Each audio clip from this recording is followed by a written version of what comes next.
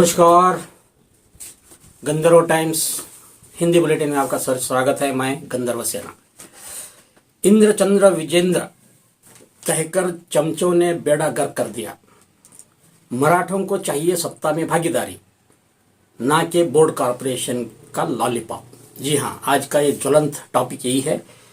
कर्नाटक के मुख्यमंत्री बीएस येडियुरप्पा के छोटे सुपुत्र बीएस विजेंद्र को बड़ा चढ़ाकर एक ऐसा निर्णय लेने लगाए जो आप आज मुख्यमंत्री येडियुरप्पा तथा भाजपा के गले की फांस बन गया है। आज मराठा डेवलपमेंट अथॉरिटी स्थापित करने तथा उसके लिए 50 करोड़ की राशि रखे जाने की घोषणा राज्य सरकार ने जो किया है उसका जबरदस्त विरोध हो रहा है। सभी कन्नड़ पर संगठनाएं 5 दिसंबर को कर्नाटक बंद का आह्वान किए हैं और मराठा डेवलपमेंट बोर्ड के आदेश को तत्काल रद्द करने की मांग की है। और तो और वीरशैव लिंगायत समाज डेवलपमेंट बोर्ड की मांग की गई और वह भी हाथों हाथ मान लिया गया है। जैन समाज, वकीलगा समाज आदि सभी ने अपने अपने जाति धर्म समुदाय को डेवलपमेंट अथॉरिटी की मांग कर रहे हैं। बीएस विजेंद्र जिन्हें बढ़ा चढ़ाकर उनके चमचों एवं पिछलग्गुओं ने ऐसा भ्रम फैलाना शुरू कर दिया कि आरआर नगर तथा शिरा विधानसभा के उपचुनाव में विजेंद्र के कारण ही पार्टी की भारी जीत हुई है। उन्हें कर्नाटक का चाणक्य तक कुछ लोगों ने नाम दे दिया और मांग उठने लगी कि बसव कल्याण क्षेत्र के उपचुनाव में विजेंद्र को टिकट दिया जाए। विजेंद्र ने आरआर नगर तथा शिरा के जीत का सेहरा भी अपने नाम नहीं लिया। बड़े विनम्रता से उसे पार्टी तथा कार्यकर्ताओं की जीत बताया। साथ में बसव कल्याण से उम्मीदवार बनने की बात को भी सिरे से खारिज कर दिया। पत्रकारों से बात करते हुए उन्होंने स्पष्ट किया था कि स्थानीय अनेक दावेदार हैं, उन्हीं में से पार्टी किसी का भी चयन कर सकती है। उनके बसव कल्याण दौरे को भी कुछ इस तरह प्रोजेक्ट किया गया कि अब वे ही उम्मीदवार बनने वाले हैं। कई जगह स्वागत में बड़े बड़े कार्यक्रम किए गए, जिनमें मराठा समाज के एक प्रमुख कार्यक्रम भी शामिल था, जिसमें समाज के विकास के लिए एक डेवलपमेंट बोर्ड स्थापित कराने पर वे मुख्यमंत्री से बात करने की हामी विजेंद्र ने उस कार्यक्रम में भरी थी, ऐसा बताया जाता है।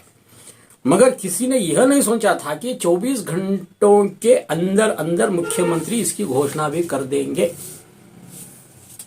साफ जाहिर है अगले उपचुनाव के मद्देनजर यह निर्णय लिया गया है, क्योंकि ना सिर्फ बसव कल्याण के विधायक का उपचुनाव होना है, बल्कि बेलगाम के लोकसभा सीट के लिए भी उपचुनाव होने वाले हैं। और मजे की बात यह है कि दोनों जगह पर मराठा मतदाताओं की संख्या अच्छी खासी है। वैसे परंपरागत तरीके से मराठा मतदाताओं का झुकाव बीजेपी की ओर ही देखा गया है। अगर मैदान में मराठा समाज का कोई प्रभावशाली उम्मीदवार हो तो मराठा मतदाता टैक्टिकल वोटिंग करते हैं, जो पिछले विधानसभा चुनाव में बसव कल्याण में देखा गया, जब वहां से पीजीआर सिंधिया जैसे प्रभावशाली मराठा उम्मीदवार जेडीएस से स्पर्धा में थे, जिस कारण भ्रम का वातावरण बन गया और कांग्रेस के बी नारायण राव आसानी से जीत गए थे। इससे पहले भी कई चुनाव में मराठा मतदाता बसव कल्याण में मराठा समाज के नेता को एमएलए बनने देखना चाहते थे और इसी क्रोनोलॉजी के चलते, जी हाँ क्रोनोलॉजी, तुमको एमएलए सीट तो नहीं देंगे मगर मराठा डेवलपमेंट बोर्ड देंगे, रिजर्वेशन में 2A कैटेगरी में शामिल कराएंगे मराठा समाज को, उसके लिए प्रयास करेंगे। इस तरह का संदेश भाजपा हाईकमांड की तरफ से रवाना किया गया था। लेकिन अभी इस पर मराठा समाज की खुशी या नाराजगी देखने में आती।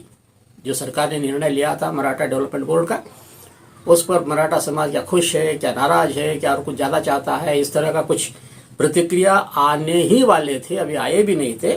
इस बीच पूरे राज्य में रिएक्शन देखने में आया।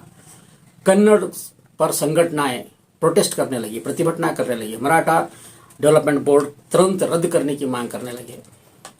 क्योंकि महाराष्ट्र एकीकरण समिति के इतिहास को देखे तो आज भी सीमा विवाद जिंदा है।